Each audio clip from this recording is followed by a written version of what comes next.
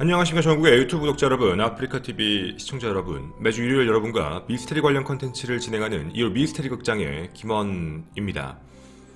오늘 여러분과 함께 진행하게 될 컨텐츠는 버뮤다 삼각지대와 관련되어 있는 이야기인데, 제가 미스테리 컨텐츠를 약 1년 6개월 정도를 진행을 하면서 많은 분들이 이 버뮤다에 대해서도 한번 얘기해 주시면 안 됩니까? 라는 이야기로 많은 제보를 주시기도 했습니다.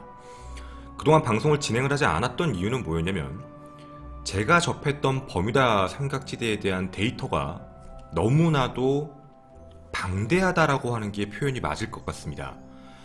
하나의 버뮤다라는 부분에서 되게 여러 가지 사건들이 엮여있기 때문에 그 부분을 찾는 것도 너무 오래 걸렸었고, 뿐만 아니라 나와 있는 결론적인 내용들 중에 신빙성이 명확하다라고 얘기할 만한 최근 조사 결과도 많이 없었습니다.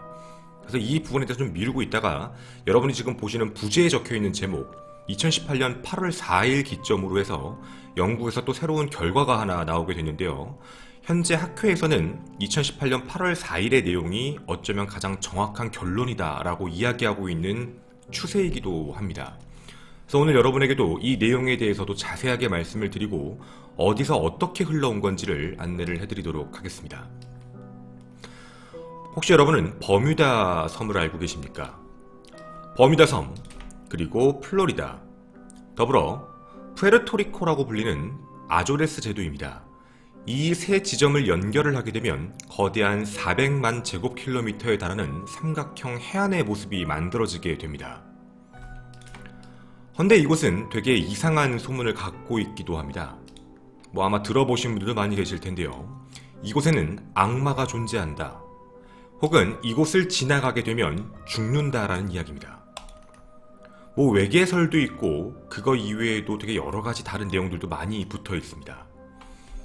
이 지역을 지났던 지난 400년 정도의 기간 동안 공식적으로는 함대 및 선박은 17대, 항공기는 15대, 저희도 비공식적 기록까지는 확인해 봤는데 내용이 다 다릅니다.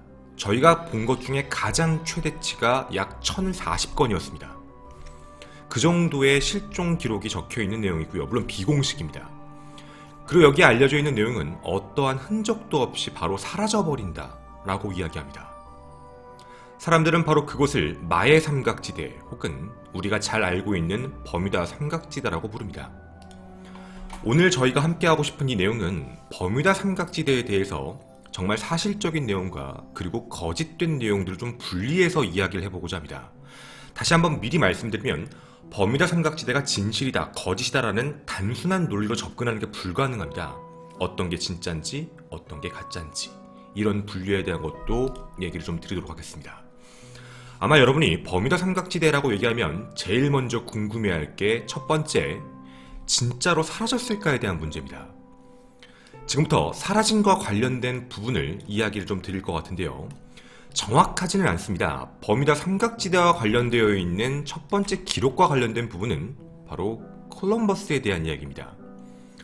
1492년 10월 11일 콜럼버스가 아메리카 신대륙을 발견하기 바로 그 전날입니다. 콜럼버스와 승무원들이 물 위에서 뭔가 빛나는 물체를 목격했고 당시에 나침반이 뭔가 이상현상을 보였다라는 기록에 대한 문제입니다. 물론 이게 버뮤다 삼각지대를 얘기한다 라고 얘기하는 인과를 얘기하는 게 아니고요. 좀 위치적으로 봤을 때는 얼추 그때 내용과 보면 거기가 버뮤다 지역이다 정도로만 알 수 있는 내용입니다. 시간이 흘러 지난 400년간 기록을 좀 분류를 나눠서 실종된 걸 나누게 되면 크게 나눴을 때입니다. 선박이 사라진 경우, 그리고 항공기가 사라진 경우, 이렇게 두 분류로 여러분에게 말씀을 드리도록 하겠습니다. 일단 시간 순서보다는 사건의 규모적인 부분으로 말씀을 좀 드리겠습니다. 첫 번째입니다. 1981년 실제로 발생된 사건입니다. USS 바로 키클콥스에 대한 실종 사건입니다. 선장과 승무원을 포함하고 1981년 3월 버뮤다 삼각지대를 지나다가 완전히 종적을 감추었습니다. 주변 바다까지 모두 뒤졌지만 이 선박의 흔적은 아예 사라졌습니다. 그리고 현재까지도 발견이 안 되는 되게 유명한 사건이기도 합니다. 그리고 버뮤다 삼각지대와 선박과 관련되어 있는 가장 유명한 부분은 아마 이 배일 겁니다. 버뮤다에 대해서 관심 있으신 분들은 들어보셨을 겁니다. 바로 메리 셀레스트호입니다.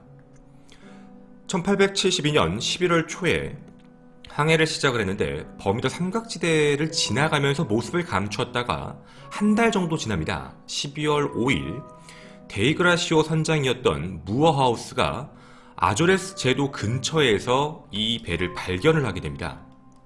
근데 당시 발견했을 때 뭐가 이상했냐면 갑판 아래에는 물이 좀 차 있었고 사람은 아무도 없었으며 배의 물건은 되게 말끔하게 정리정돈되어 있고 먹다 남은 음식들이 그대로 남아있는데 굉장히 따뜻한 상태였다. 그리고 금고 및 보석, 돈도 모두 남아있는 상태다 라고 이야기를 합니다.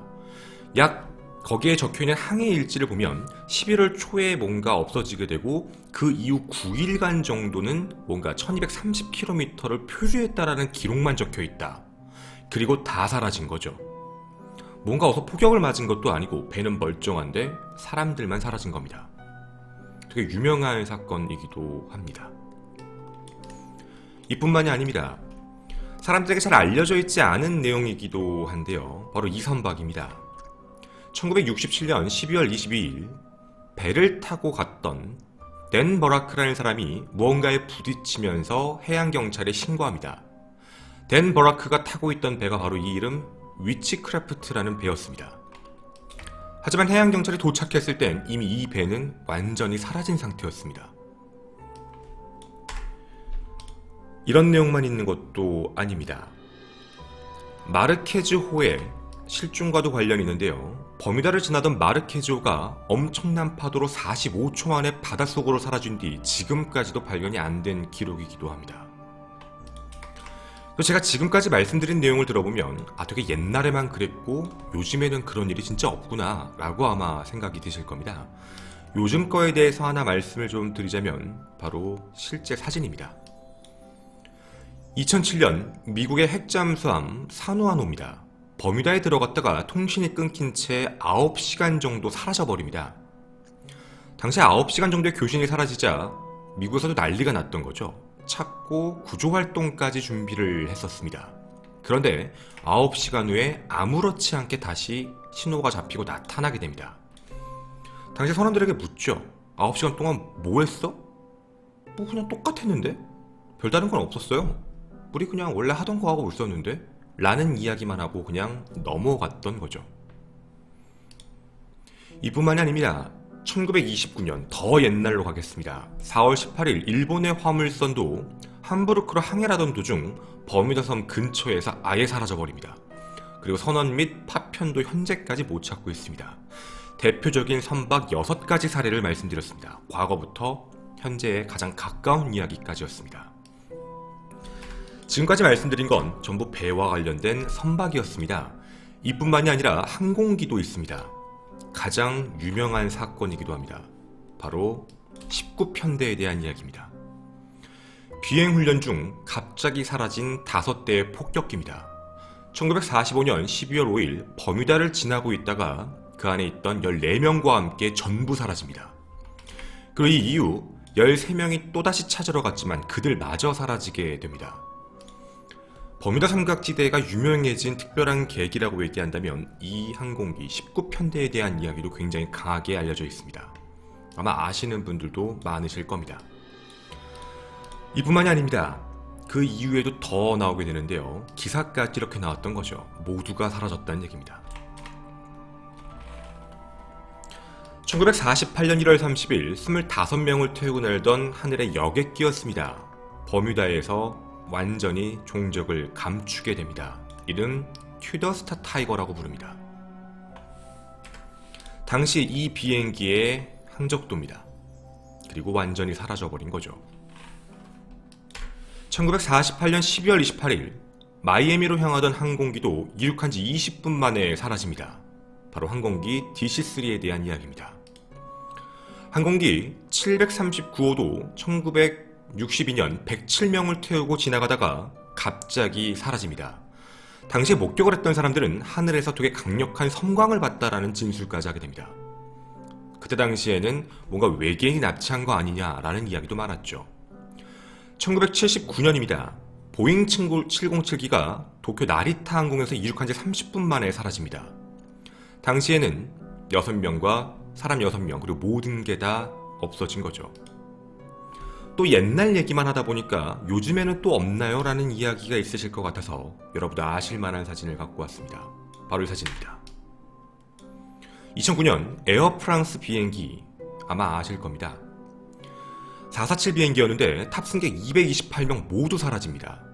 원인은 지금까지 못 찾았고 5일이 지나 비행기의 잔해는 발견됐지만 생존자는 아예 없었습니다. 바로 버뮤다 삼각지대에서 발생된 일입니다.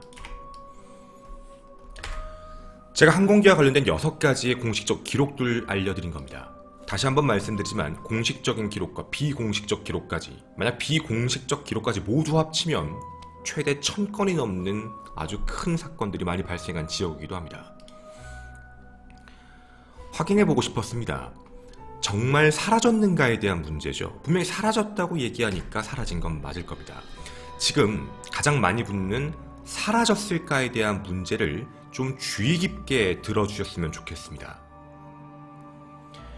우리가 지금 잘 알고 있는 내용과 좀 다른 점이 있거든요.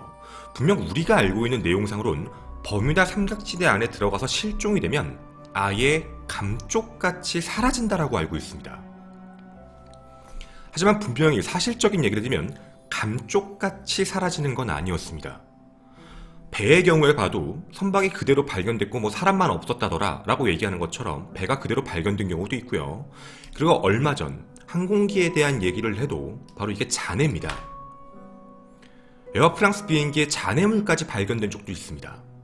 더불어 실제로 버뮤다에서 조난되었다가 구조된 사람들도 실제로 존재합니다. 이런 식이라면 우리가 알고 있는 대로 감쪽같이 사라졌다라고 얘기하는 부분은 좀 맞지가 않는 부분입니다. 그래서 부탁을 드리고 싶은 건 일단 아니다, 틀렸다를 지금 얘기하는 게 아닙니다. 버뮤다 삼각지대에서 감쪽같이 사라졌다라는 얘기는 조금 잘못된 이야기, 무언가 형태가 남는 경우도 있다라는 부분을 여러분에게 먼저 말씀을 드리는 겁니다. 궁금했습니다. 왜, 어째서 아예 감쪽같이 사라졌다라는 말들이 나오기 시작했을까였는데 저희도 자료를 찾아본 부분입니다. 시작점 자체는 굉장히 다양하고 날짜도 오락가락이라 좀 애매모호한데 호기심을 자극했다라는 기록을 찾는 건 2가지였습니다. 책, 그리고 언론 신문사죠.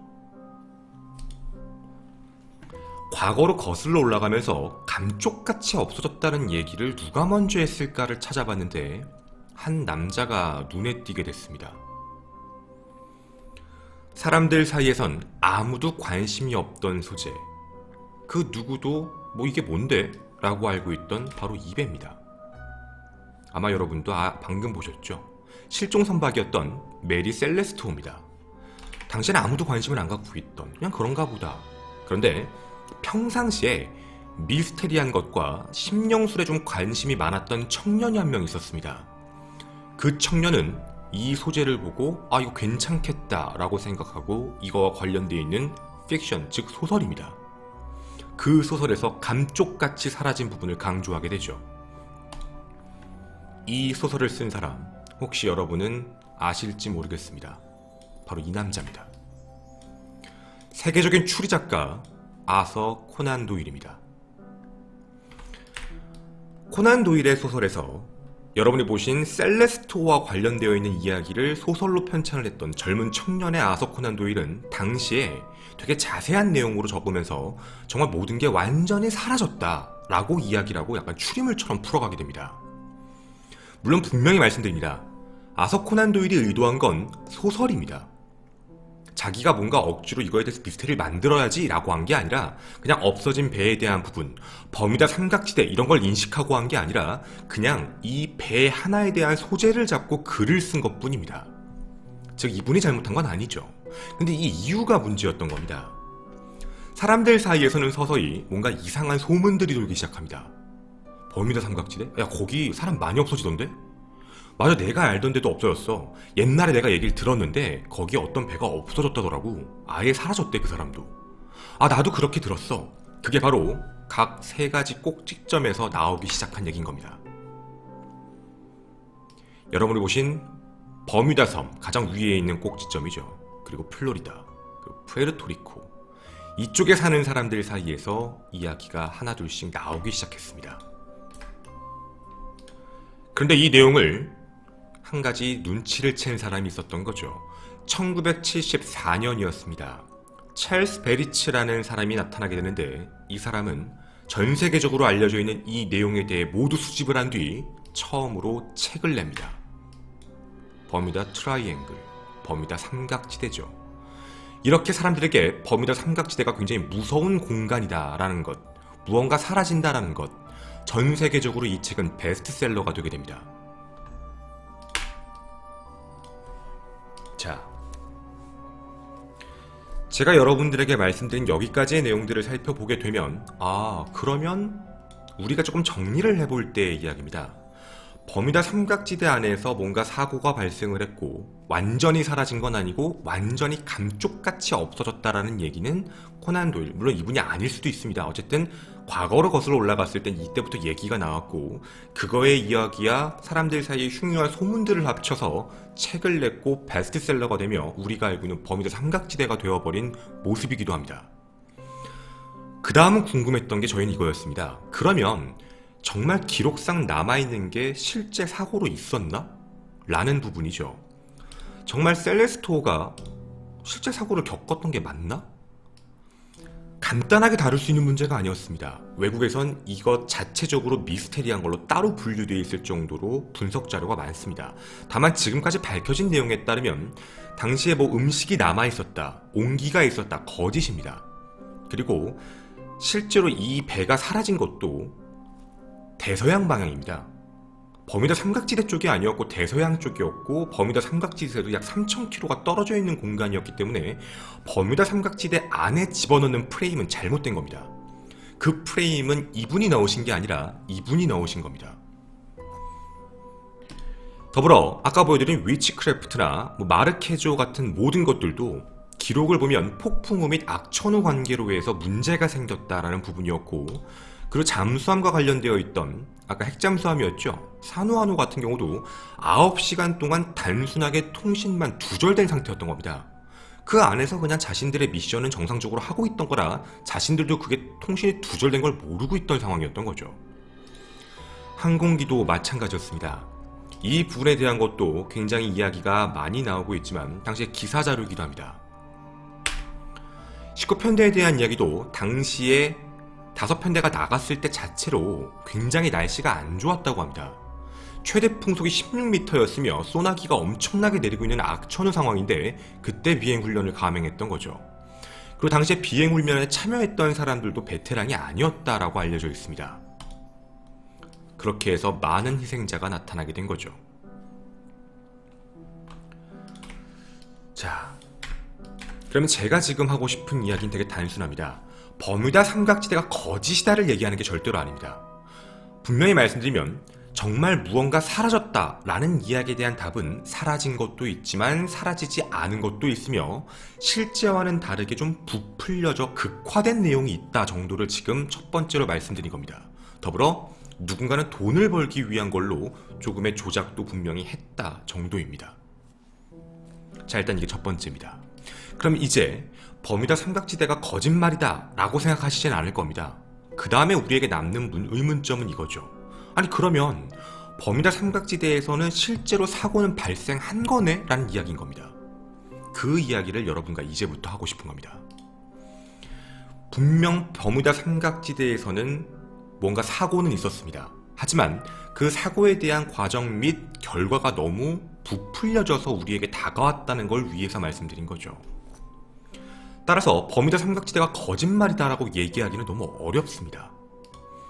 그럼 사고가 분명히 많이 났다는 얘기인데 그럼 사고가 왜 발생했는지 지금부터 얘기를 좀 해보고자 합니다. 비과학적인 얘기부터 먼저 말씀드리겠습니다. 비과학적인 설은 4가지 정도가 크게 나오게 되는데 첫 번째 비과학적인 이야기 중에 하나입니다. 바로 이겁니다. 유명 예언가가 얘기했습니다. 버뮤다 삼각지대의 밑에는 전설처럼 내려오는 아틀란티스 대륙이 바닷속으로 가라앉았다. 따라서 그때 당시에 뛰어난 과학기술로 발생된 에너지 발생 장치가 지금도 나와서 그래서 물체들이 소멸하는 것이다 라고 이야기를 하게 됩니다. 자, 이 부분에 대해서 이렇게 말씀드리겠습니다. 지금 여러분이 보신 유적지처럼 보이는 모양은 실제 버뮤다 삼각지대 내에 섬 쪽, 각종 꼭지점 근처에 가면 실제로 보여집니다. 아마 융기와 침강에 대한 얘기도 많이 들어보셨을 겁니다. 그런데 문제가 뭐냐면 이 설이 정말 맞다면, 끌어당겼다면 잔해물들은 이 건축물들과 함께 존재해야 됩니다. 하지만 잔해물들은 아예 확인이 안 되고 있습니다. 이건 촬영이 가능하지만 잔해물이 없다라는 얘기는 어쩌면 좀 앞뒤가 안 맞는 얘기일 수도 있죠. 물론 무조건 틀렸다고 얘기하는 건 절대로 아닙니다. 두 번째에 대한 얘기는 아마 들어보신 분들도 많으실 겁니다. 바로 웜홀입니다. 사고당한 배나 비행기가 사람까지 모두 웜홀에 빠져서 다른 차원으로 이동했다. 근데 이거에 대한 반박의 이야기가 나옵니다. 아니 그러면 이런 잔해물들은 어떻게 할 건데? 그건 다른 이제 현실 세계로 돌아온 것들만 잔해물로 남았다라고 이야기를 하게 되는데요. 웜홀과 관련되어 있는 부분에서 돌아왔다에 대한 기록이 학문적으로 가능할까에 대한 것도 지금도 의문점입니다. 웜홀은 있다라고 얘기할 수 있겠지만 웜홀에 들어갔다 다시 돌아올 수 있다에 대한, 그리고 그게 부셔져서 온다라는 것도 되게 이상한 부분에 대한 논리일 수도 있고요. 현실 세계로 돌아오면 부셔진다, 사라진다. 글쎄요. 어찌되었든 웜홀에 대한 이야기가 이렇게 들어가 있습니다. 바다 밑에, 지각 밑에 있는 웜홀. 그럼 이게 어디로 연결되냐도 문제가 되죠. 보시다시피 지금 여기엔 웜홀은 출입구와 이제 사출구 나가는 부분이 있습니다. 출입이 따로 있는데 과연 지구 안으로 뚫려 있는 구멍이면 이게 어느 방향으로 나갈 수 있는가에 대한 문제입니다. 되게 애매한 부분일 수 있는 거죠. 연결된 공간이 없다라는 부분도 얘기하게 나옵니다. 그리고 세 번째로 가장 많이 또 이야기가 나오는 것 중에 하나는 바로 외계인 납치설입니다. 플로리다 해변가에서는 뭔가 둥근 물체가 많이 보인다라고 이야기하면서 말을 하거든요. 근데 사실 이 부분은 조금 납득하기가 어려울 수도 있습니다. 외계 비행선이 바닷속으로 납치를 해서 데려간다면 어디로 그 많은 걸 데려간다도 문제가 되고요. 물론 고차원적인 생각을 했을 때 텔레포트를 하면 된다라고 할지는 모르겠지만 그런 식으로 텔레포트를 하겠다면 선박 그냥 다른 데 다니는 것도 잡아서 그냥 데려가도 되고요. 굳이 바닷속으로 끌고 갈 필요는 없습니다. 그리고 잔해물을 남을 필요도 없는 거고요. 그 네 번째 가설 중에 가장 많은 건 바다 밑에 거대한 자석이 있다라는 이야기입니다. 그래서 끌어당긴다라는 이야기인데 거대 자석과 관련된 이야기는 분명히 사실로서 접근하기가 어렵습니다. 그렇게 거대한 자석이 있다면 극성을 띠기 때문에 분명 지구 자기장에 어마어마한 영향을 끼칩니다. 정말 그 정도의 거대한 자석이 존재한다면. 그래서 이 설은 사람들이 그렇게 믿지 않는 자석이라고는 하지만 비과학적인 이야기로 이야기를 합니다. 이제 여러분에게 전달해드릴 건 과학적인 이야기와 관련된 이 미스테리를 푼 사람들에 대한 이야기입니다. 과학적 첫 번째입니다. 바로 자기장입니다. 근데 이 자기장에 대한 부분은 어느 정도 좀 신빙성이라는 게 존재합니다. 버뮤다 삼각지대 안에 보면 이쪽은 특이할 정도로 자기장의 수치가 굉장히 높게 표출됩니다. 지구 자기장의 변화가 나오는 이유가 지구 중심부에 있는 이제 철과 니켈이 이동하면서 발생하는데 20에서 25주년 주기로 왔다 갔다 바뀐다라고 얘기합니다. 버뮤다 삼각지대가 과거에 그래서 자기장이 불안정한 문제 때문에 계기판이나 나침반이 오작동되는 경우가 많아서 배와 비행기가 침몰이 좀 많이 된다라는 이야기가 자기장설입니다. 근데 이 내용은 처음에 나왔을 때 사람들도 오 그러네? 그럼 그게 맞겠네? 라는 이야기를 많이 합니다. 근데 이 이야기는 바로 반박되고 묻힙니다. 정말 자기장 문제 때문이면 남극과 북극도 극장이 너무 강하기 때문에 남극과 북극에서도 비행기가 지나거나 할 때 분명히 비슷한 사고들이 나와야 되는데 왜 굳이 이곳에서만 그렇게 발생되느냐라는 이야기로 자기장설은 되게 큰 하나의 핵처럼 대두됐지만 그 이후에는 조금 반박이 많이 된 형태이기도 합니다. 그리고 그 이후에 다른 이야기도 하나 나오게 됩니다. 아마 처음 들어보시는 분들도 있을 텐데 사진으로 먼저 보여드리도록 하겠습니다. 바로 이겁니다. 미국 콜로라도 주립대학의 위성학자들이 확인한 부분입니다. 이름 마이크로버스트입니다. 마이크로버스트는 육각구름을 만들어내는 문제인데요. 이 육각구름이 쉽게 말씀을 드리면 하나의 폭풍우입니다. 난기류나 항공사고를 많이 일으키는데 시속 약입니다. 일반적인 태풍이 정말 세면 시속 50km/h 정도가 나온다고 하는데요.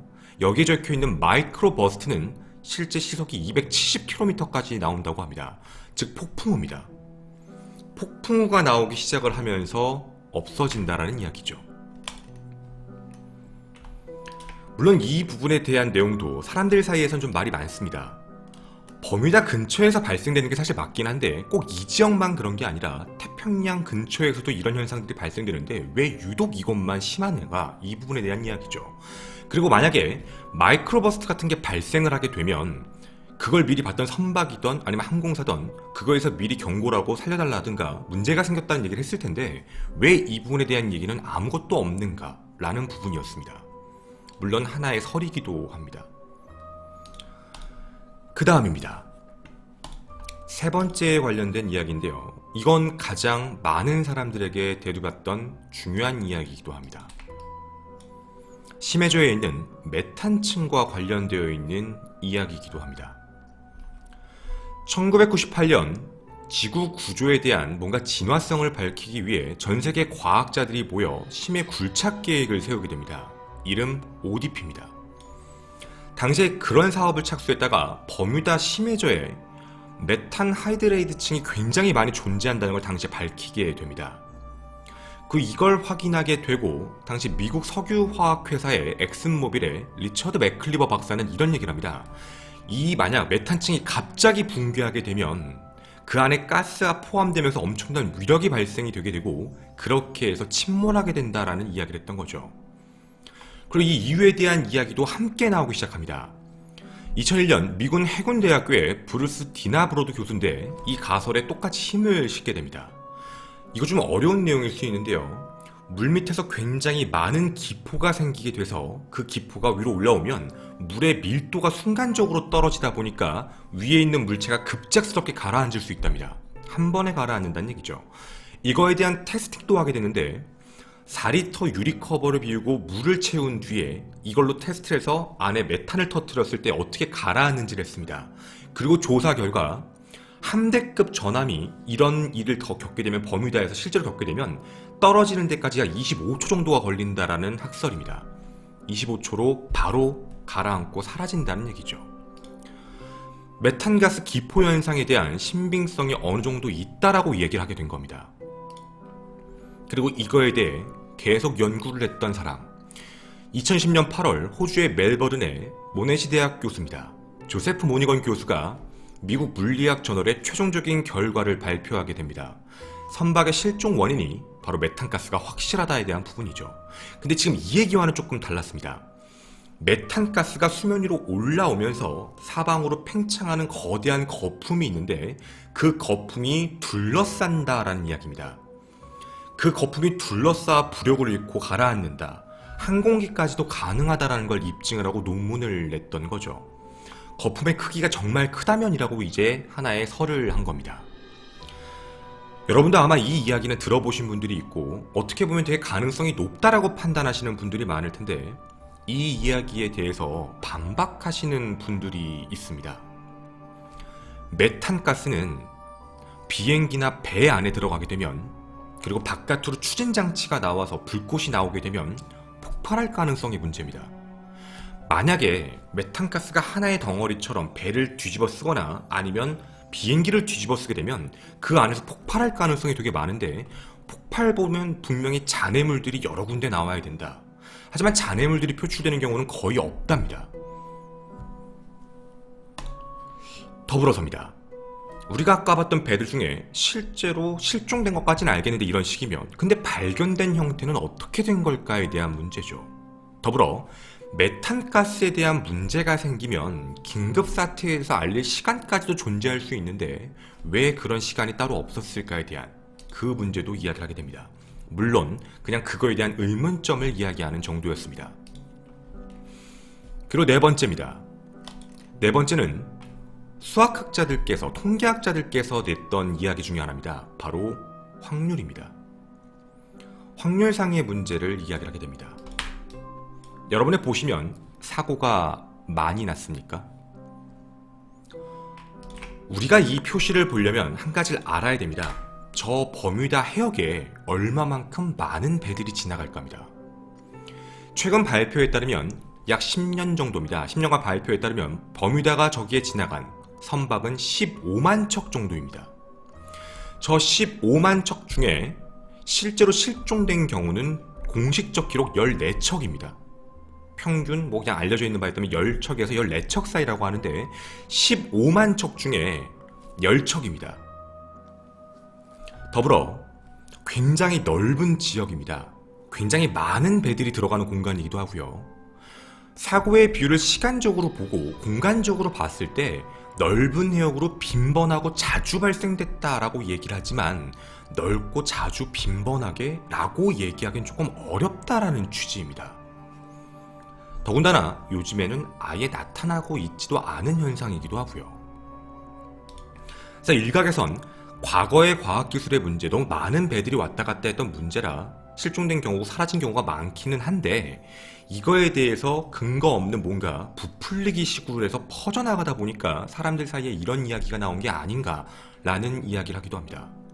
그리고 이거에 대한 한 가지 뒷받침의 또 근거로 뭐를 얘기하냐면 만약에 정말로 버뮤다 삼각지대에서 이렇게 자주 사고가 발생한다라고 알고 있다면 선박회사 및 항공기 회사들은 물류업, 운송업이죠. 절대로 이곳을 지나가지 않았을 것이랍니다.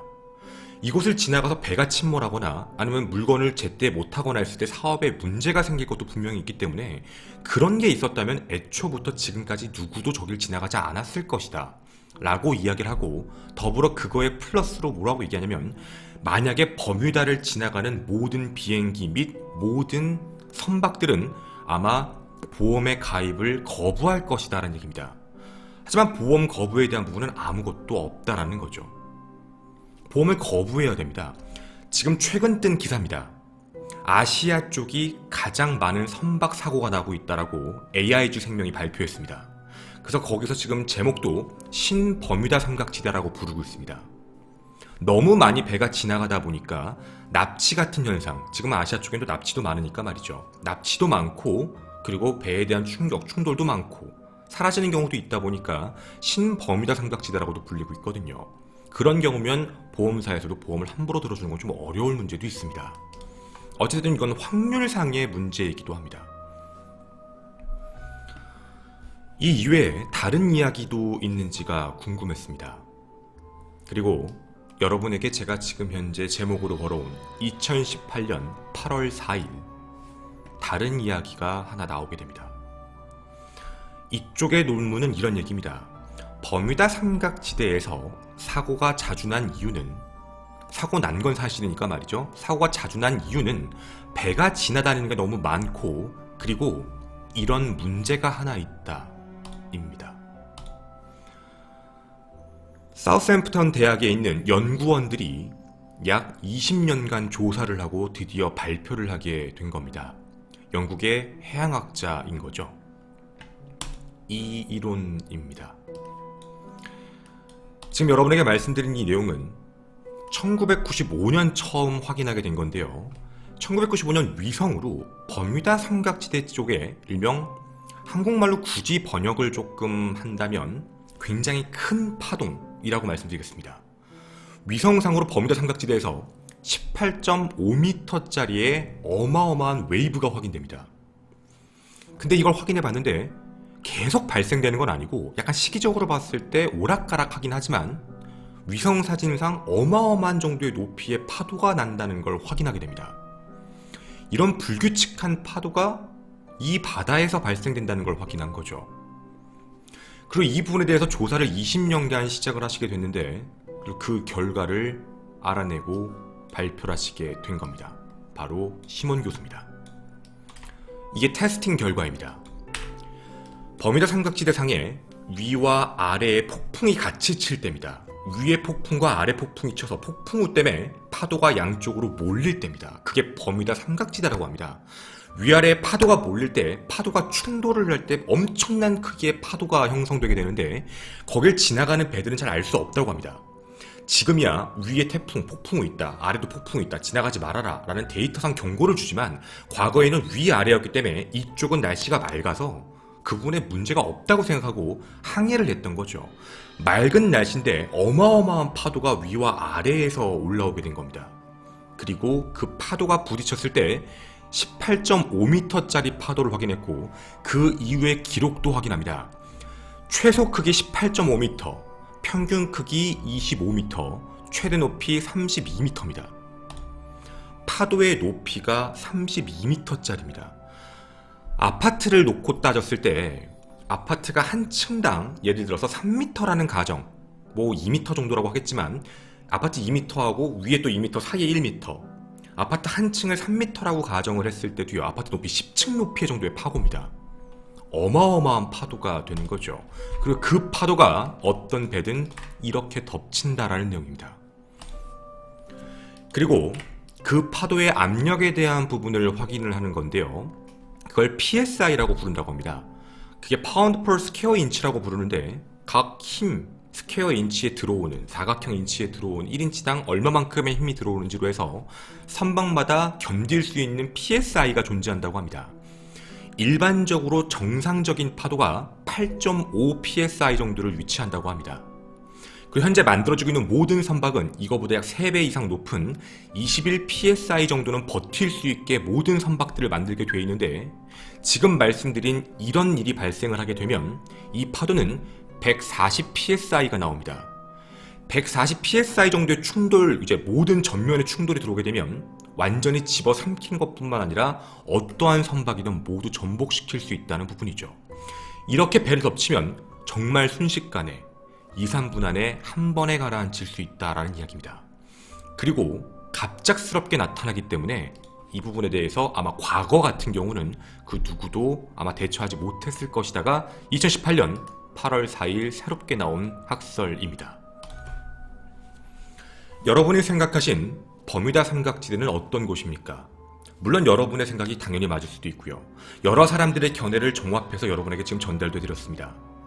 버뮤다 삼각지대는 실제로 사고가 발생한 지역도 맞고, 다만 사고에 대한 이야기가 좀 부풀려진 것도 있고, 근데 그 사고에 대한 사실을 다시 생각해보면 많은 배들이 지나가는 것 대비 사고가 나는 비율이 그렇게 높은 편도 아니었고, 다만 여기서 왜 사고가 발생했을까에 대한 여러 가지 견해 중 그 중에 하나, 높은 파도에 대한 이야기도 여러분에게 전달을 해드린 내용입니다.